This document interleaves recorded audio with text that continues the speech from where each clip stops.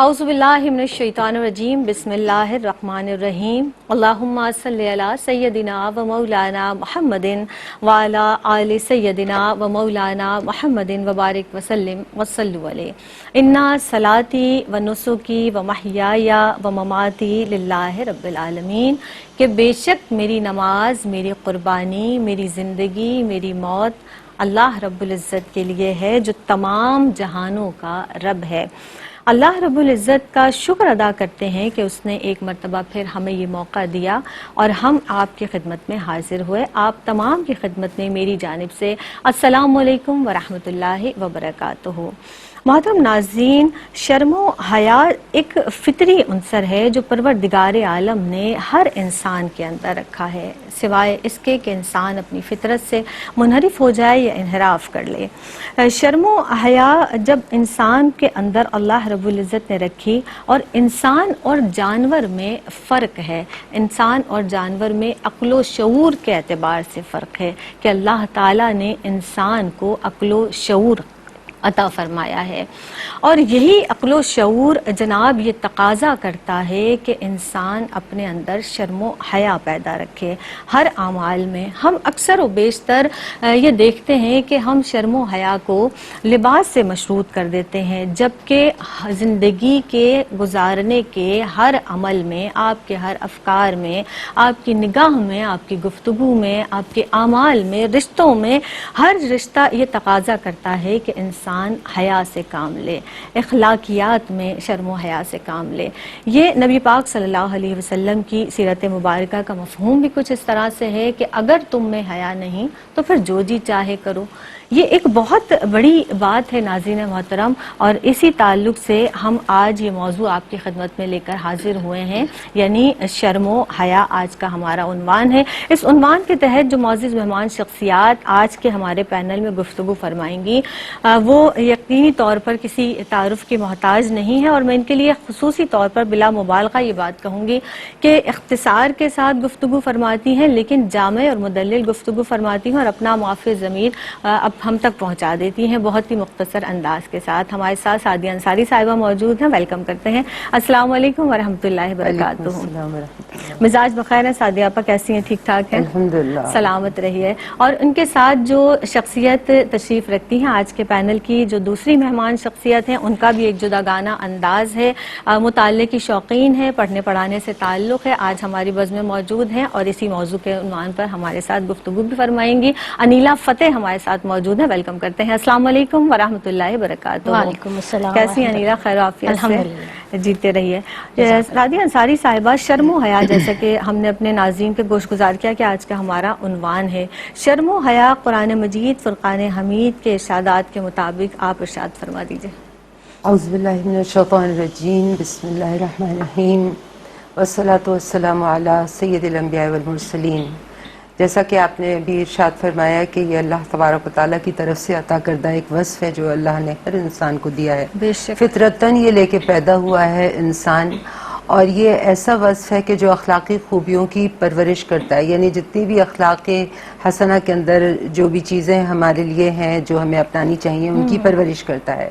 اس کی نگہداشت کا حکم اللہ تبارک و تعالیٰ نے دیا اس کے حبیب علیہ السلام نے، اور اچھی اگر تربیت ہو، مناسب تربیت ہو تو یہ پھر قائم بھی رہتا ہے اور اس کی یہ بڑھتا بھی ہے، اور اگر برا ماحول ہو، بری صحبت ہو تو پھر یہ جاتا رہتا ہے۔ تو یہ تمام یہ ایسا وصف ہے جو تمام بے حیائی کے کاموں سے روکتا ہے۔ بے شک یہ اس رب سے اللہ رب العزت خود متصف ہے، اور حضور پر نور آقا دو جہان صلی اللہ تعالیٰ علیہ وآلہ وسلم کے لیے فرمایا گیا کہ ایک کنواری پردے دار سے بھی زیادہ شرم و حیا رکھے۔ تو آپ بتائیے کہ یہ کس قدر مطلب اہم بات ہے سمجھنے کی۔ اللہ تبارک و تعالیٰ نے بڑا حکیمانہ اور مریبانہ نظام دیا ہے تاکہ فتنے پیدا نہ ہوں، اور آپ دیکھیے کہ ہر حکم کے تحت ہر انسان کا یہ فرض ہے کہ وہ سوچے کہ یہ جو حکم اترا ہے اس کے پیچھے فکر کرے، غور کرے، کیا حکمت ہے، کیا مصلحت ہے، اس کے تمام احکامات جو ہے مصلحتوں سے اور حکمتوں سے بھرے ہوئے ہیں، بے شک۔ اور تمام اخلاقی نفسیاتی بیماریوں سے یہ خاص طور پہ یہ وصف جو ہے وہ بچاتا ہے، فتنوں سے بچاتا ہے، اور حیا جو ہے وہ پھر معاشرے کے سدھار کا سبب بنتی ہے۔ دیکھیے یہ اگر مجھ میں ہے تو یہ میرے ضرور گھر کے اوپر بھی اس کے اثرات، اتنی صحیح ہے۔ پازیٹیو انرجیز ہیں ان تمام چیزوں کے اندر جو آپ کے ماحول کے اندر بھی سرکولیٹ کرتی ہیں، آپ کے بچوں میں بھی، آپ کے خون میں بھی، اور پھر ان سے جو آگے چیز بڑھتی ہے۔ صحیح۔ آپ دیکھیے نا، ایک مثال مجھے ایک دم یاد آئی تو میں بتا رہی ہوں کہ ایک گھر میں اگر ایک صالح مسلمان ہے تو اس کا فیض جو ہے، اس کی برکت جو ہے وہ 40 گھروں تک پہنچتی ہے، حضور سبحان علیہ اللہ، السلام نے سبحان فرمایا۔ اللہ۔ تو یہ جو ہے یہ بڑھاتی ہے یہ چیزوں کو، خوبیوں کو بڑھاتی ہے۔ سورہ نور کی آیات اور سورہ نور پوری نبی پاک صلی اللہ علیہ وسلم نے فرمایا کہ اپنی اولادوں کو سکھاؤ۔ بے شک۔ کیوں؟ اس کے اندر وہ احکامات ہیں جو ہمارے لیے بیس بنیں گے، بنیاد بنیں گے اپنی شخصیت کے لیے۔ جیسے کہ 21 نمبر کی آیت میں اللہ تبارک و تعالیٰ نے کیا فرمایا کہ شیطان کے بہکاوے میں نہ آنا ہے ایمان والو، شیطان جو ہے اس کے قدموں پہ نہ چلنا، ورنہ تو تم جو ہے بے حیائی کے اور برے کاموں میں جو ہے وہ ملوث ہو جاؤ گے، اور وہ برے کام ہی بتانے والا ہے۔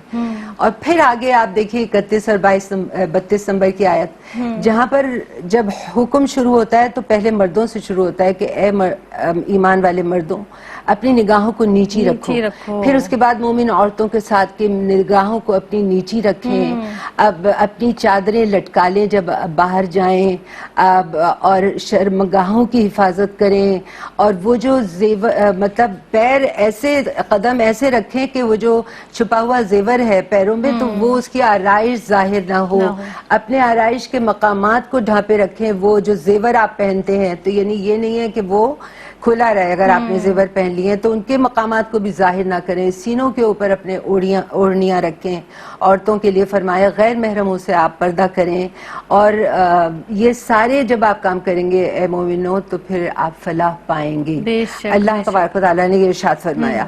پھر دیکھیے کہ سورہ احزاب کے اندر اور بہت یہ لمحہ فکریہ ہے کہ اللہ کے نبی علیہ السلام سے اللہ پاک خطاب فرماتے ہوئے ازواج المطہرات کے لیے احکام صادق فرما رہے ہیں، اور پھر ان احکام کو مسلمان عورتوں کے لیے تاکہ یہ واسطہ بنے ہمارے لیے۔ جی۔ پھر ایک آیت ایسی ہے سورہ احزاب ہی کے اندر 52 اور 59 میں بتا رہی ہوں، صحابہ رضوان اللہ علیہم اجمعین کو حکم دیا جا رہا ہے کہ پردے کے پیچھے سے بات کیا کریں۔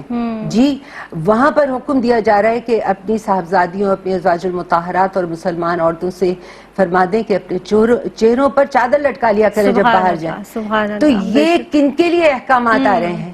جو پاکیزہ اور مقدس ترین مطہر ہستیاں ہیں، اللہ اکبر، اور جو اگر ایک دوسرے سے، اب جیسے صحابہ رضوان اللہ علیہ مجمعین اگر گفتگو کے لیے جاتے ہیں تو دنیا کی کوئی باتیں نہیں ہیں، وہاں دین کے مسائل ہیں، دین کے مسائل پوچھنے، قرآن کی کوئی آیت، کوئی حدیث مبارکہ، اس کی تشریح وضاحت پوچھنے کے لیے اگر جا رہے ہیں تو پردے کے پیچھے سے بات کرو۔ سبحان اللہ۔ عورتوں کے لیے فرمایا گیا کہ جب تم بات کرو تو تم سختی تمہاری آواز میں ہونی چاہیے، جب غیر محرم سے کرو اس میں نرمی اور لچک نہ ہو۔ یہ ساری وہ حیادار چیزیں ہیں جو ہمیں اپنانی ہیں، ان کے اندر حکمتیں ڈھونڈنی ہیں، ان کی مصلحتوں کو تلاش کرنا ہے کہ اللہ نے جیسے لباس کے لیے بھی فرما دیا سورہ الاعراف کی 26 نمبر کی آیت میں کہ اے ابن آدم، تمام ابن آدم سے فرمایا کہ تمہارے لیے پوشاک اتار دیا گیا ہے، تمہاری ستر پوشی ہو اس لیے اتارا گیا ہے، تمہیں زینت بخشے اس لیے اتارا گیا ہے، اور جان لو کہ سب سے جو پاک لباس ہے، سب سے جو بہترین لباس ہے وہ تقویٰ کا لباس ہے۔ یعنی تقویٰ کا لباس اور چادر جس وقت تم نے اوڑھ لی ہے تو پھر وہ تو ایسی سرایت کرے گی تمہارے خون کے اندر، تمہارے بدن میں اور تمہارے ماحول میں کہ ہر شے جو ہے اس سے پاک ہوگی، پاک ہو جائے گی۔ سبحان اللہ۔ جس طرح سے سعدیہ انصاری صاحبہ قرآن مجید فرقان حمید کی روشنی میں ارشاد فرما رہی تھی کہ شرم و حیا کے تعلق سے انیلا فتح ہمارے ساتھ موجود ہیں، ان سے بھی جان لیتے ہیں۔ میں چاہوں گی انیلا کہ آپ حدیث و مبارکہ کی روشنی میں جس طرح سے ابھی آپا نے ہمیں شرم و حیا کے تعلق سے بہت ایسی باتیں بتائیں کہ یقینی طور پر ظاہر ہے ہمارا ایمان تازہ ہو جاتا ہے، حدیث مبارکہ کی روشنی میں آپ کچھ ارشاد فرمائیے اس تعلق سے۔ بسم اللہ الرحمن الرحیم، مولا صلی وسلم دائما ابدا علی حبیبک خیر الخلق کلہم۔ آقا کریم علیہ الصلوۃ والسلام نے ارشاد فرمایا متفق علیہ حدیث پاک کا آخری حصہ بیان کر رہی ہوں. حضور علیہ الصلوۃ والسلام ارشاد فرماتے ہیں کہ والحیاء شعبۃ من الایمان. حضرت ابو ہریرہ رضی اللہ تعالیٰ عنہ راوی ہیں، آپ فرماتے ہیں کہ آقا کریم علیہ الصلوۃ والسلام نے ارشاد فرمایا ایمان کی 70 سے زیادہ شاخیں ہیں. سب سے اعلیٰ درجہ لا الہ الا اللہ، سب سے ادنا درجہ کسی تکلیف دہ چیز کو رستے سے ہٹانا، اور حیا ایمان کا حصہ ہے. سبحان یعنی حیا اور اللہ. ایمان کا آپس میں ایک تعلق ہے. اور بے جیسے شک. حدیث پاک ابھی آپا نے ذکر کی کہ حضور علیہ الصلوۃ والسلام باحیا، اور اتنے باحیا آپ کے بارے میں آتا ہے کہ آپ ایک باقرہ باحیا اور با پردہ باقرہ سے بھی زیادہ آپ کا حیا. اللہ اکبر. اہل علم جب حیا کی بات کرتے ہیں تو آپ اہل علم نے حیا کی 2 اقسام بیان کی ہیں. ایک وہ بیان کرتے ہیں کہ حیا فطری ہے، یعنی وہ حیا جو ان بلٹ ہے. اللہ رب العزت نے آپ کے اندر نیکی اور بدی کا جذبہ رکھا ہے. صحیح ہے. جیسے سورہ شمس میں اللہ رب العزت نے ارشاد فرمایا کہ فَلْهَمَهَا فُجُورَهَا وَتَقْوَاهَا، یعنی فجور اور تقوی تمہارے اندر رکھا گیا. تو اسی طرح حیا بھی انسان کے اندر فطری طور پر موجود ہے.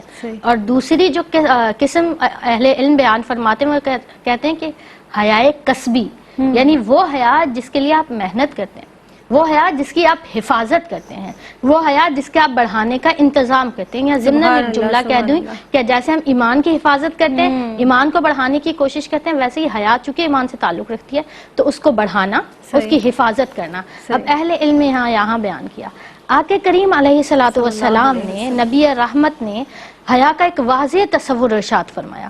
حدیث مبارکہ کا مفہوم ہے، حضرت عبداللہ بن مسعود رضی اللہ تعالیٰ عنہ راوی ہے. آپ فرماتے ہیں حضور نبی کریم علیہ الصلوۃ والسلام نے ہمیں ارشاد فرمایا کہ حیا کا سب سے زیادہ حقدار اللہ رب العزت ہے. اللہ سے حیا کرو جیسے کہ اسے حیا کرنے کا حق ہے. تو حضرت عبداللہ فرماتے ہیں کہ عبداللہ بن مسعود فرماتے ہیں ہم نے کہا رسول اللہ صلی اللہ علیہ وسلم ہم اللہ رب العزت سے حیا کرتے ہیں، تمام تعریفیں اللہ کے لیے. آقا نے فرمایا بے شک، مگر حیا ایسے کرو کہ یہ جو تمہارا سر ہے، جو اس میں ہے اور جو اس کے ارد گرد ہے، اس میں اللہ رب العزت، اس کے معاملے میں اللہ سے حیا کرو.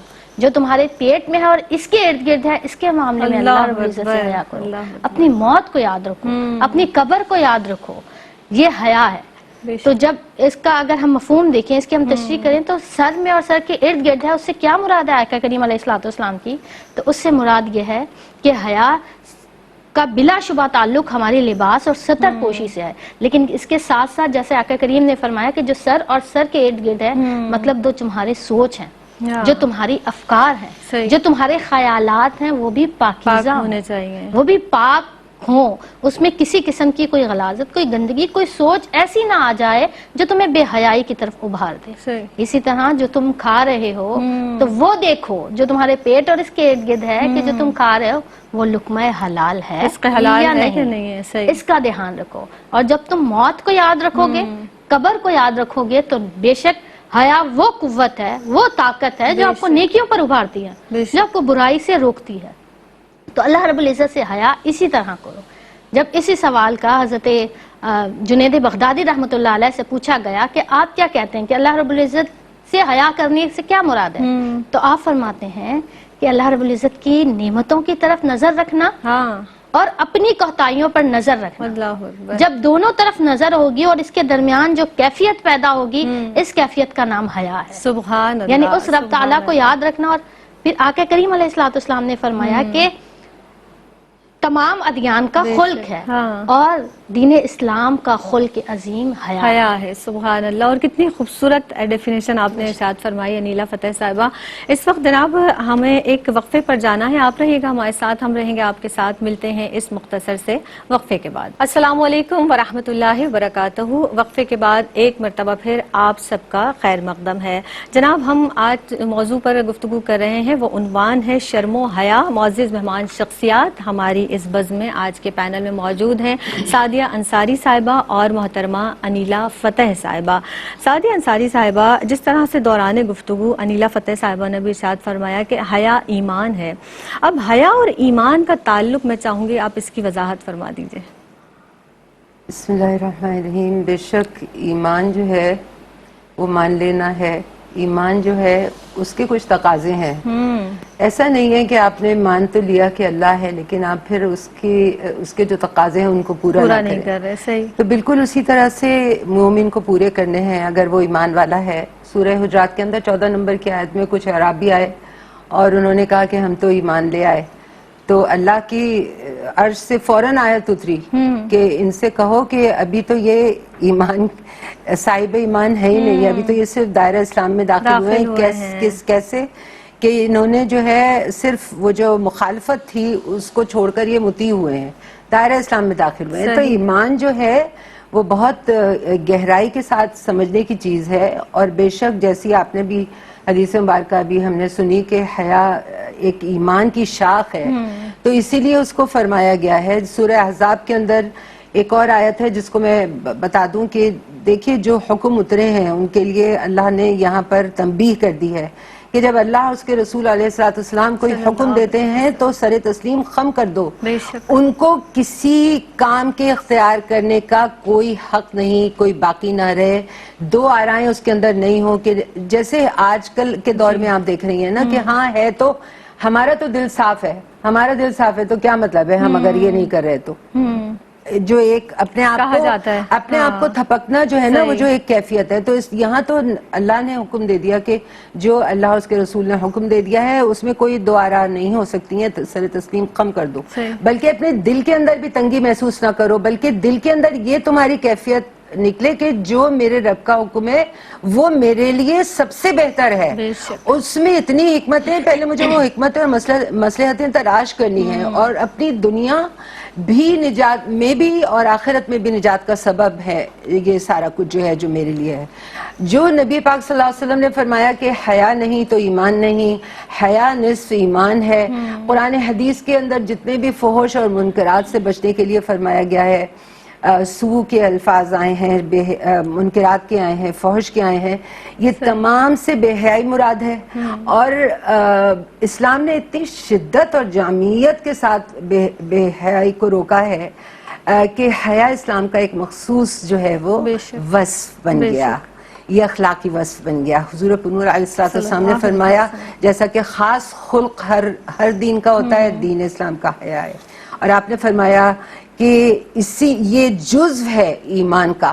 تو پھر جب یہ ایمان کا جزو ہے تو میں یہ نہیں اپنے آپ کو صاحب ایمان نہیں کہہ سکتی کہ اگر میں اس کے اوپر نہ چلوں. آج ہم نے اس حکم کو نظر انداز کر دیا ہے کہ ہماری نگاہیں نیچے ہوں، ستر پوشی ہماری ہو اور ہمیں کس طرح سے اپنے دوپٹے سے چادر سے کس طرح سے ڈھانپنا ہے. یہ بے حیائی جو ہے یہ صرف نحوستوں کا سبب بنتی ہے معاشرے کے اندر، گھر کے اندر. اگر آپ عورت ہیں، عورت کو خاص طور پہ اللہ نے ایک حسن اور کشش دے کے بھیجا ہے، اس کو زیادہ اپنی حفاظت کرنی ہے، ٹھیک ہے؟ تو اس کے اندر وہ جانے کہ اس کو آگے نسلوں کو آگے بڑھانا ہے. اگر اس کے اندر بے حیائی آ گئی ہے تو وہ آگے بھی جائے گی، اگر اس کے اندر حیا ہے تو وہ آگے بھی جائے گی. اور پھر یہ جو ماحول ہے یہی مل کے ماحولیات جو ہیں مختلف گھر یہ بن کے معاشرہ بناتا ہے. اللہ کا فرمان ہے سورہ طٰہٰ کی 124 نمبر کی آیت میں، جو نصیحت سے اعراض کرے گا اس کے لیے تنگی کا جینا ہوگا. یعنی اگر ہم اللہ کا کوئی حکم نہیں مان رہے ہیں تو حقیقتاً اس سے ہمیں تنگی بھی آئے گی، بے برکتی بھی آئے گی، نحوستیں بھی آئیں گی اور ہر طرح کی بے سکونی بھی آئے گی. ہم اس دنیا میں چند دن کے لیے آئے ہیں، ہمیں پرسکون زندگی اگر گزارنی ہے تو ہمیں اللہ اور اس کے رسول علیہ السلام کے احکامات پر عمل کرنا ہوگا. اور جان لے کہ احکامات پہ عمل ایمان کا تقاضا ہے. ایسا نہ ہو کہ تمہاری موت آئے اور پتہ چلا کہ تم صاحب ایمان نہیں ہو. یہ تو صرف تمہیں اپنے آپ کو تسلیاں دیتے رہے دنیا میں، لیکن اللہ جانتا ہے کہ تم کتنے ایمان والے ہو. تو اس کی طرف توجہ ہمیں دینی چاہیے. اور پورا معاشرہ اس وقت جو ماڈرنزم کا پرچار کر رہا ہے اور ماڈرنزم کے نام کے اوپر بے حیائی کا ایک نمونہ بنا ہوا ہے، تو آپ دیکھیے کہ گھر کیسے تباہ ہو رہے ہیں. مطلب جو بزرگ ہیں وہ اولڈ ایج ہومز میں جا رہے ہیں، جو بچے ہیں وہ اپنی آزادی کے لیے الگ الگ جگہیں ڈھونڈ رہے ہیں، اپنے لیے کمرے ڈھونڈ رہے ہیں، اسٹوڈیوز ڈھونڈ رہے ہیں. کیا کیا ماحول ہو گیا. تو خاندان بکھر گیا، طلاقوں کی کثرت ہو گئی، غیر جو جن رشتوں کی اجازت نہیں ہے قائم کرنے کو ناجائز رشتے قائم کیے جا رہے ہیں آپس کے اندر. یہ سارا کچھ جو ہے یہ اسی لیے ہے کہ حیا نہیں رہی. اور حیا نہیں تو ایمان نہیں، بے شک۔ اور جا بجا ہمیں یہ الفاظ حدیث مبارکہ میں ملتے ہیں کہ حیا ہی ایمان ہے، حیا سے ایمان ہے۔ تو یہ تمام باتیں جو سعدیہ انصاری صاحبہ نے بھی ارشاد فرمائی۔ اب یہ جو حیا ہے وہ ہمیں نیکیوں کی طرف راغب کرتی ہے، اور بے حیائی ہمیں برائیوں کی طرف راغب کرتی ہے، بلکہ دھکیلتی ہے برائیوں کی طرف۔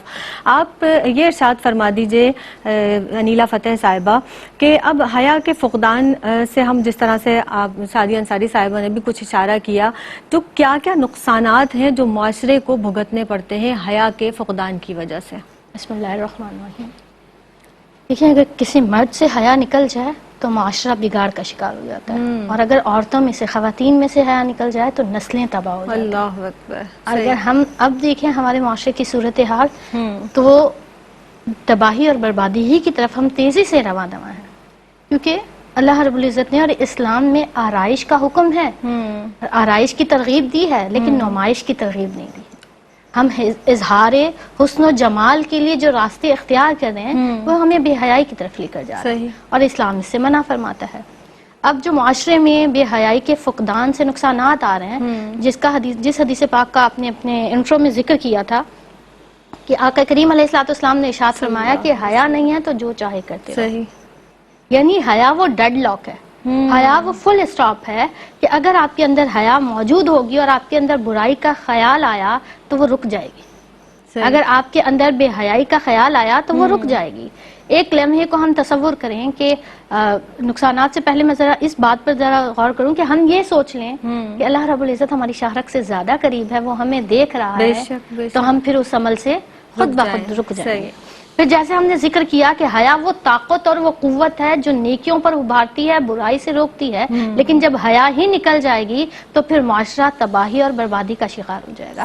اگر سترپوشی نہ رہی تو پھر ہم خود دعوت دیتے ہیں کہ فتنہ برپا ہو جائے۔ اگر ہماری گفتگو میں ادب نہ رہا، ہماری گفتگو میں بڑوں کا لحاظ نہ رہا، ہمارے اندر رشتوں کا تقدس نہ رہا، رشتوں کو لے کر چلنے کا حیا نہ رہا، تو پھر خاندان تباہ ہوں گے۔ صحیح، بالکل صحیح۔ ہمارے معاشرے میں پھر آج یہ موجود ہے کہ اگر کوئی بچہ بڑے سے بدتمیزی کر لے یا استاد سے کوئی بدتمیزی کر لے تو ہم کیا کہتے ہیں کہ تم نے بری بات کی، تمہیں شرم نہیں آئی۔ صحیح۔ یعنی یہ کانسیپٹ موجود ہے کہ اگر آپ ادب کے خلاف جاتے ہیں، اگر آپ اخلاقیات کے خلاف جاتے ہیں تو آپ بے ادبی کر رہے ہیں، آپ بے حیائی کا کام کرتے ہیں۔ تو جب حیا معاشرے سے نکلتی ہے تو پھر جرائم میں اضافہ ہوتا ہے۔ جب حیا معاشرے سے نکلتی ہے تو یعنی جب ہمیں حیا ہی نہیں رہے گی کسی کام کی تو پھر ہم جو چاہے کریں، پھر ہم میں، اور وہ جیسے کہا نا کہ پھر جانوروں میں کیا فرق ہو جائے گا۔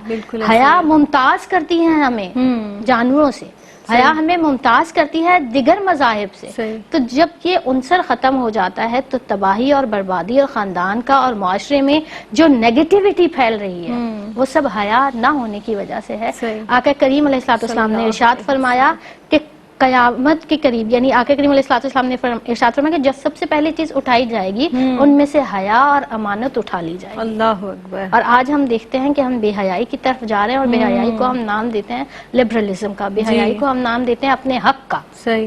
اور یہی بے حیائی ہمارے لیے معاشرے میں بگاڑ کا اور بے سکونی کا، بے برکتی کا اور نحوست کا پرچار کری ہے۔ ہم ایک طرف ہم پریشان حال ہیں کہ ہماری گھروں میں، ہمارے بچوں میں، ہمارے افراد میں، گھر کے افراد میں محبت نہیں رہی، اتفاق نہیں، کیونکہ رشتوں میں حیا نہیں رہی نا۔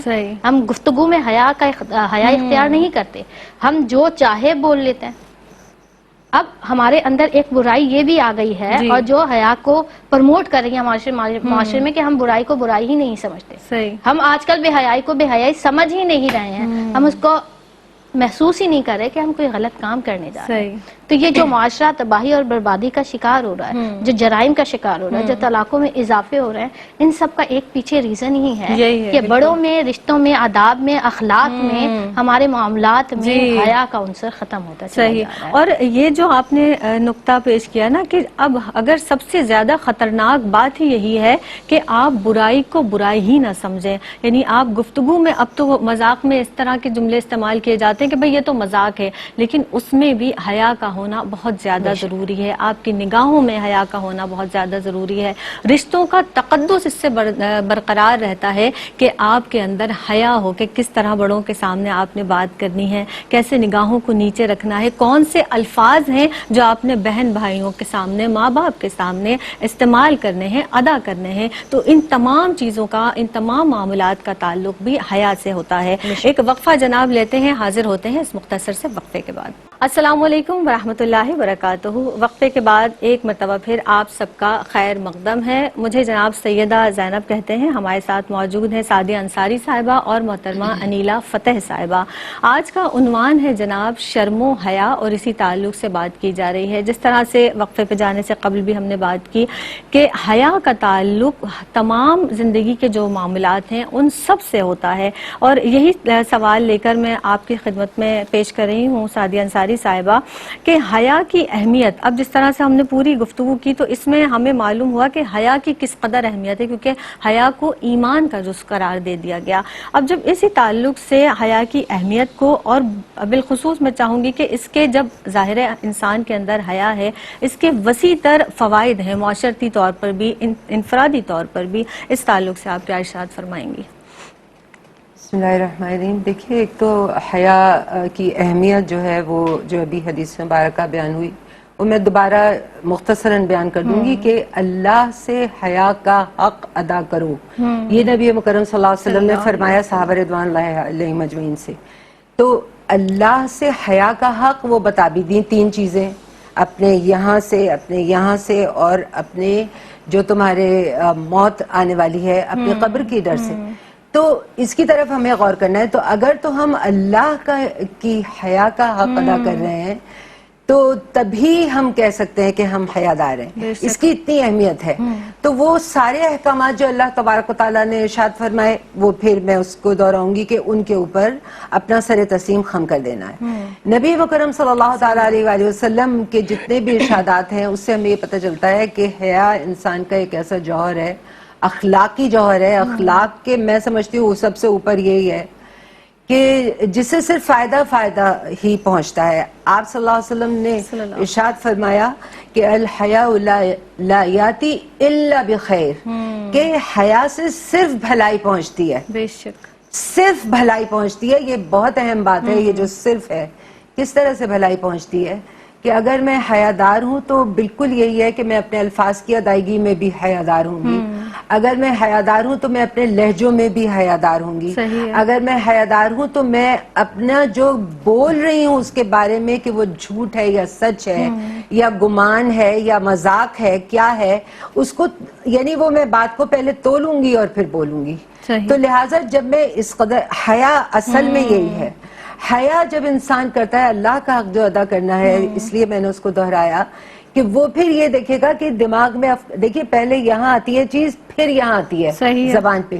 تو اگر آپ کے سر کے اندر آپ کے افکار، آپ کے خیالات، آپ کے الفاظ، آپ کے جملے، آپ کی ہر چیز کے بارے میں آپ محتاط ہیں تو آپ کے منہ سے جھوٹ نہیں نکلے گا، پھر آپ سچ ہی بولیں گے. آپ کسی معاملے میں بددیانتی کی بات نہیں کریں گے، آپ صرف دیانتداری کے ساتھ بات کریں گے. اور اسی طرح سے اعمال جو آپ بات کر رہے ہیں نیچرلی جو یہاں ہے، جو ادا ہو رہا ہے، جس سے آپ کا فعل اور عمل چل رہا ہے، تو وہ پھر سب کچھ جو ہے درست ہوتا چلا جائے گا. حیادار ہو جائے گا. آپ اس کے وسیع تر فوائد کو گن نہیں سکتے. پھر ایک حیادار انسان، وہی جو بات ابھی کہی گئی کہ اللہ میری شہرت سے زیادہ قریب ہے اور وہ مجھے ہر وقت ان اللہ بصیر بالعباد، وہ مجھے ہر لحظہ آران دیکھ رہا ہے. اس کا مطلب ہے وہ حاضر و ناظر ہے. تو میرے ہر چیز کے اندر میری حیا یہ ہوگی اللہ سے کہ میں ہر چیز کے اندر اتنی محتاط ہوں گی کہ وہ میں ایسا عمل کروں جس سے وہ راضی ہو جائے، ایسا نہ کروں جس سے وہ ناراض ہو جائے. تو اس طرح سے جو دھوکہ دہی ہے، بے ایمانی ہے، کرپشن ہے، کسی بھی قسم کا منافع خوری ہے، ہر اخلاق مذمومہ بھی اس میں آ جاتا ہے کہ جس سے میں بچوں گی. اور ہر وہ برائی بھی اور منکرات بھی اس میں آ جاتے ہیں جن سے مجھے بچنا ہوگا. صحیح. یعنی ہر معاملے میں ہمیں ہماری یہ سوچ ہمہ وقت رہے کہ وہ پروردگار عالم تو ہمیں دیکھ رہا ہے, اور جب وہ رب کائنات ہمارے ہر عمل کو, ہر فکر کو, ہر سوچ کو بھی دیکھ رہا ہے, اور وہ ہمارے بولنے سے پہلے ہمارے دل کی کیفیت کو جان رہا ہے, ہمارے ہر عمل کو دیکھ رہا ہے, تو ہمیں اس سے حیا کرنی ہے. پھر یہ کہ پاکیزگی اور طہارت جو اس سے عطا ہوتی ہے یہ سوچ سے, اسی لیے فرمایا گیا سب سے پہلے نبی پاک صلی اللہ علیہ وسلم نے سر کا فرمایا نا, افکار و خیالات کا, کہ اس سے جو پاکیزگی اور طہارت تمہارے اندر پیدا ہوگی, اس سے جو پاکیزگی طہارت کا نور تمہارے اندر آئے گا, تو بہت سے گناہوں سے پرہیز کرو گے, اور وہ اسی وصف کی برکت سے ہوگا آپ صلی اللہ علیہ وآلہ وسلم کی جتنی تعلیمات ہیں. دوسری ایک بہت اہم بات ہے کہ ہمارے آپس کے جو تعلقات ہیں وہ دیکھیے کہ اس میں کتنے اختلافات اب نظر آنے لگے ہیں. پہلے ایک فیملی کی طرح رہتا تھا ایک محلہ. آج محلے کے جو گھر ہیں ان کی جو فیملی جو اٹ سیلف تھی وہ بھی الگ ہو گئی ہے. صحیح. وہ صرف یہی کہ حیا نہیں, رشتوں میں نہیں, کیونکہ اگر حیا ہوگی تو ہم غیرت مندی ہمارے اندر ہوگی, آپس کی جو ہماری جو باتیں ہیں ان کے اندر مروت ہوگی, چشم پوشی ہوگی, ایک دوسرے کے عیبوں کو چھپانا, درگزر کرنا, عفو درگزر کرنا. واللہ اگر حیا ہوگی تو عفو درگزر میں کروں گی اور چشم پوشی کروں گی, اور میں یہ کوشش کرتی رہوں گی کہ اختلافات کے بجائے کہ ہم سب مل جل کے رہیں, تو اس کے لیے اگر میرے اندر حیا ہوگی, اور وہ حیا اللہ سے ہے. پھر میں بار بار اس کو اس لیے دہرا رہی ہوں کہ پہلے اللہ سے حیا کرنی ہے, اس کے حبیب علیہ الصلوۃ والسلام سے. اور جو شروع میں آیت بتائی تھی کہ تم کیا سمجھتے ہو, تم اگر یہ سب چیزیں اگنور کر دو گے تو کیا تم ایک تنگی کی زندگی, نہیں, تمہاری تو بہت زندگی تنگ, اور اس وقت زندگیاں تنگ ہوتی چلی جا رہی ہیں. تو اگر ہم وسیع تر اس کے فوائد دیکھیں تو اس میں صرف اور صرف خیر اور بھلائی ہے, جو نبی پاک صلی اللہ علیہ وسلم نے فرمایا.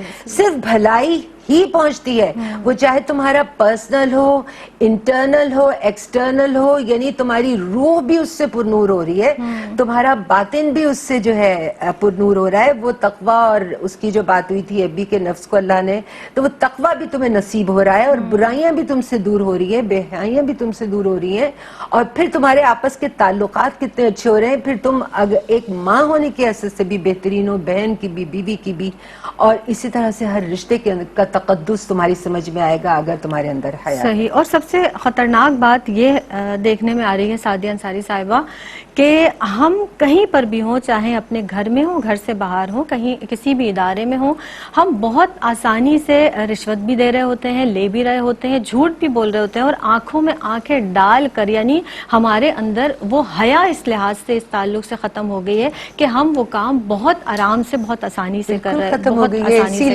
کر رہے ہیں. جی بالکل. انیلا فتح صاحبہ, میں چاہوں گی کہ آپ بالخصوص نوجوان نسل جو آج کی ہماری اس پروگرام کو دیکھ رہی ہے, اس تعلق سے, یعنی شرم و حیا کے تعلق سے ان کو کیا میسج دیں گی, اور اس تعلق سے کیا فرمائیں گی آپ؟ بسم اللہ الرحمن الرحیم. دیکھیں, سب سے بڑی چیز, پہلی چیز تو یہ اتنی زیادہ پھیل کیوں رہی ہے, اس کی وجہ ہمارے ہاتھ میں جو سب سے بڑی چیز ہے نا, کہ گیجٹ, موبائل. صحیح. وہ ایک اہم چیز ہے, وہ اتنی اہم چیز ہے کہ وہ اتنی کلوز ہو گئی ہے ہم سے کہ اب ہمیں اپنے ارد گرد بیٹھنے والے لوگوں کی فکر نہیں ہوتا, نہ ان کا خیال ہوتا, نہ ان کا احساس ہوتا کہ کسی کو ہمارے وقت کی بھی ضرورت ہے. تو اس میں جو کچھ موجود ہے دنیا بھر کا, تو وہ ایک برائی کا دروازہ کھولنے والی بات ہے, بے حیائی کا دروازہ کھولنے والی بات ہے. آپ نے نوجوان نسل کی بات کی, خصوصاً وہی ان کا استعمال زیادہ کرتی ہے. اب گھر کے افراد کی پہلی ذمہ داری بنتی ہے کہ وہ اپنے بچے اور بچیوں کی تربیت ایسے کریں, استاد اپنی اسٹوڈنٹس کی تربیت ایسے کریں کہ انہیں یہ چیز باور کروائیں کہ جیسے اللہ اور اس کے رسول صلی اللہ علیہ وسلم نے حکم دیا کہ انسان کے 3 دشمن ہیں. ایک اس کا نفس جو اس کے اندر موجود ہے, ایک شیطان جو ہر لحظہ ہر وقت اس کے ساتھ موجود ہے, اور تیسری یہ دنیا. اور یہ 3 دشمن اس ایک, یعنی جو ہمارا جسم ہے, جو ہماری روح ہے, اس کے مقابلے میں کھڑے ہو جاتے ہیں. صحیح. اب اگر ہم سب کو یہ شعور آ جائے کہ یہ ہمیں برائی کی طرف دھکیلتی ہے, بے حیائی کی طرف دھکیل رہی ہے, اللہ رب العزت کی رضا سے دور کر رہی ہے, تو یقیناً ہم اس پہ قابو پائیں گے. کیونکہ شیطان دنیا کو نمائش کر کے, آرائش کر کے, زیبائش کر کے دکھاتا ہے کہ یہ دنیا بہت خوبصورت ہے. جی. پھر اگر آپ دیکھیں تو ہم جہاں یہ لکھا ہو نا, خبردار کیمرے کی آنکھ آپ کو دیکھ رہی ہے,